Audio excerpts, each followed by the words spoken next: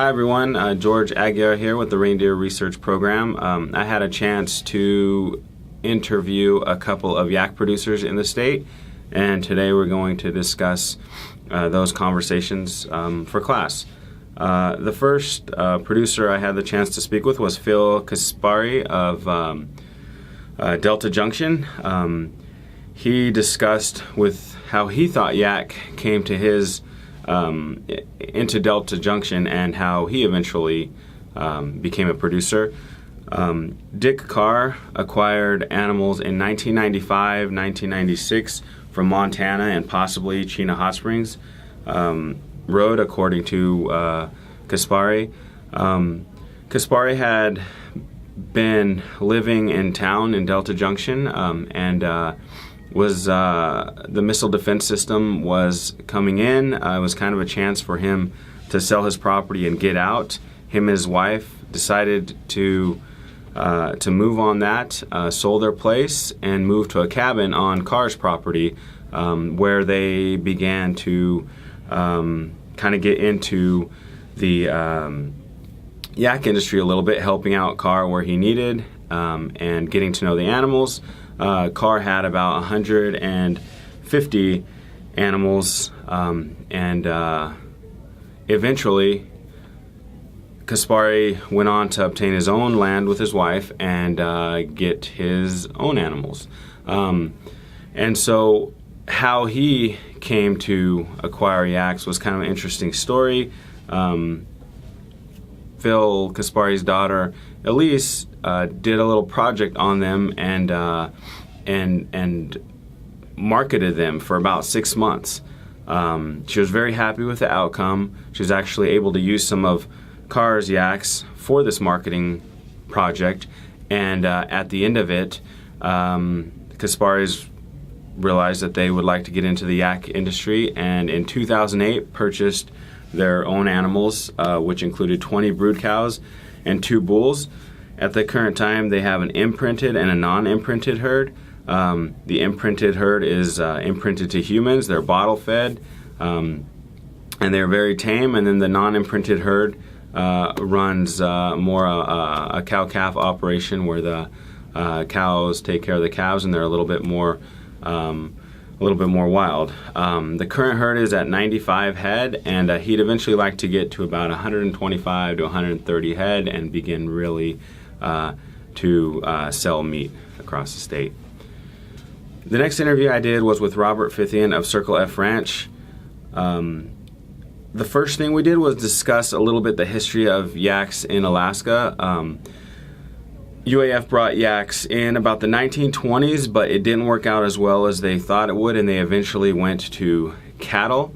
The 60s through the 80s, not much going on with yaks. In 92, the International Yak Association was formally organized, and yaks from Montana and Wyoming were sold at the annual Yakarama. The Yakarama was a function which, for about 5 years, it was a big party, and they brought producers and buyers and bands and auctioned off animals. Yak came from one of these sales to the Chena Hot Springs area for a man named Adolph Ike. Dick Carr and Delta Junction had some of these animals as well. Dick Carr and Delta Junction had some of these animals as well, and obtained genetic diversity as needed. Some of these animals ended up in Kodiak. So for our next topic, Bob and I discussed how he got into the yak business, what he did before that, and got a little bit into his background as a rancher and a professional guide. He raised horses to use for his guiding service. He had some issues with management by government on his guiding business, and eventually transferred his guiding business to another guide. And he was looking at animals to raise in Alaska on his ranch, and he looked at some of these other ungulates that are good candidates for cold weather climate. He specifically discussed elk and how the research he did, they were a little bit too timid for what he was looking for, and had health problems that he didn't want to deal with. We then discussed the pros of yaks and what he came across, and one of the big things was for 20 to 25 years of age, these animals can produce calves, and they only eat about 1% of their body weight.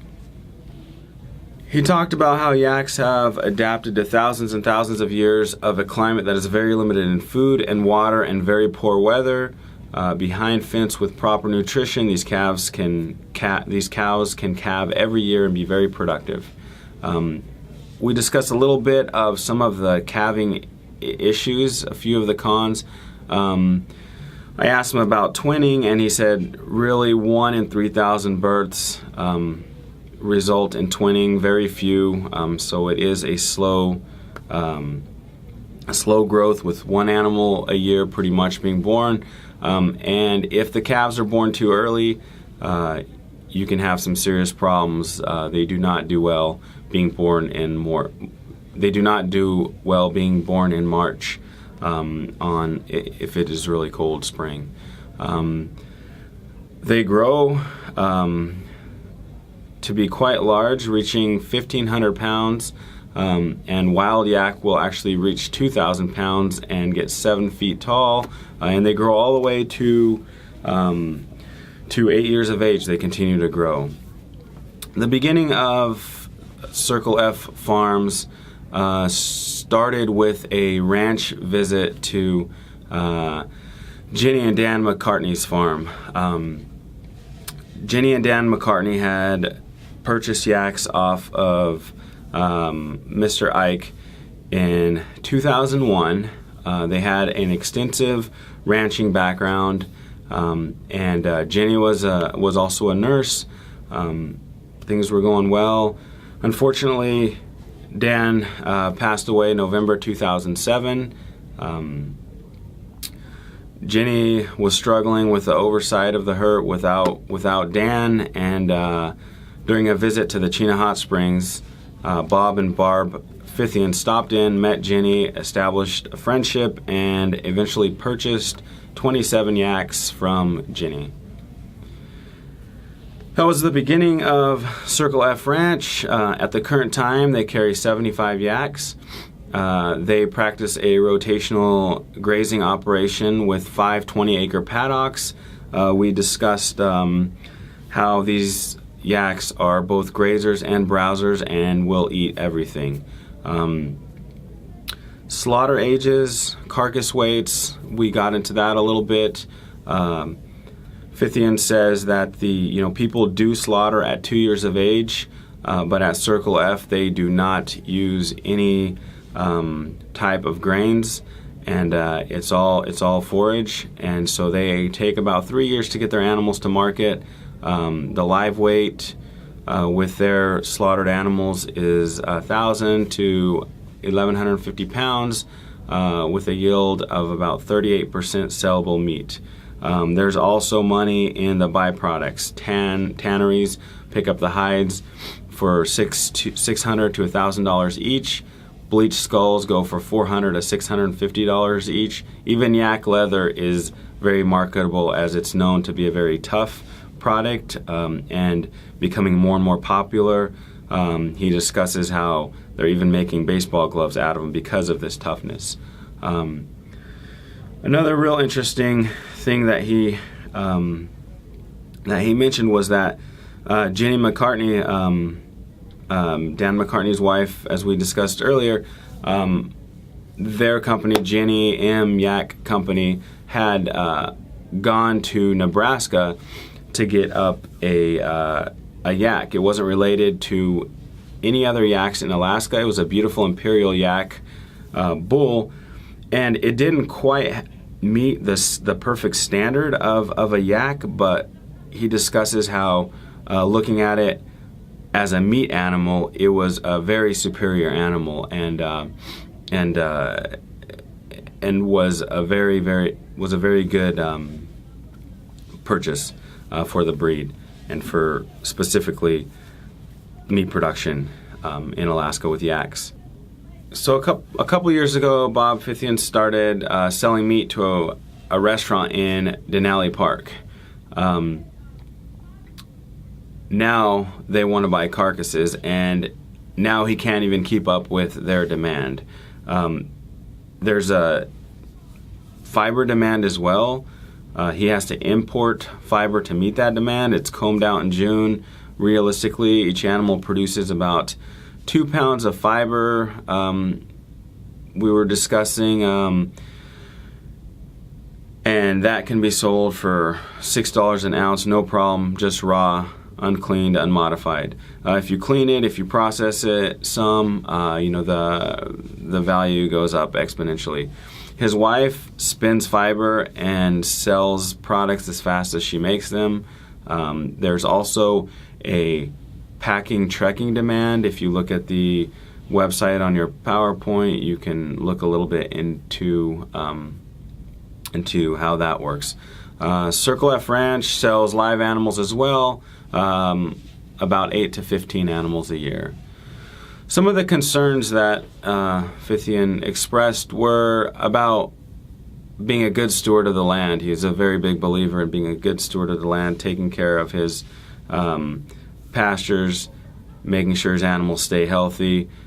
He has land concerns, would like to run about 100 head, which he says he would need to add another 30 or 40 acres into pasture production, and then put that into the rotation.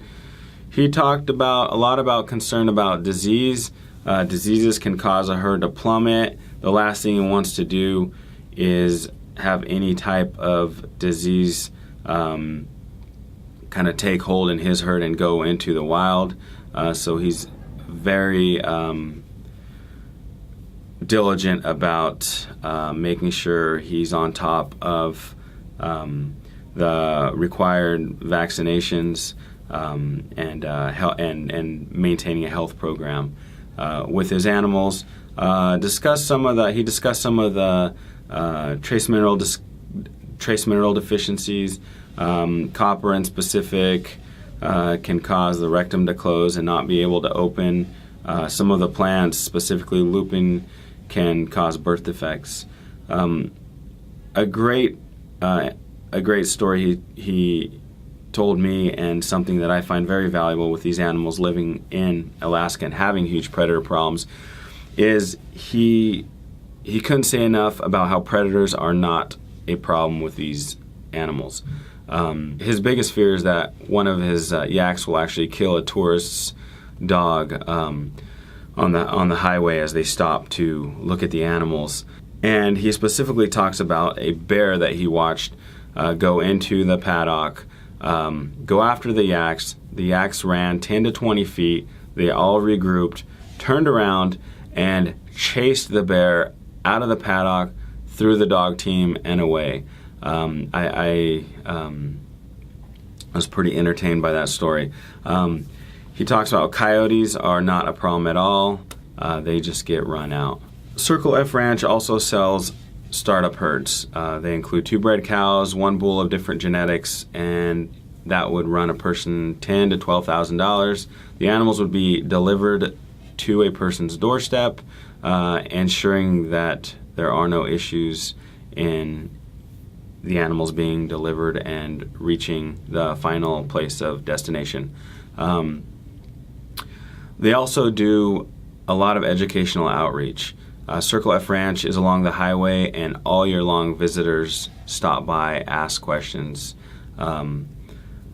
Fithian explains how education is huge in getting more people to ranch yaks and own these animals.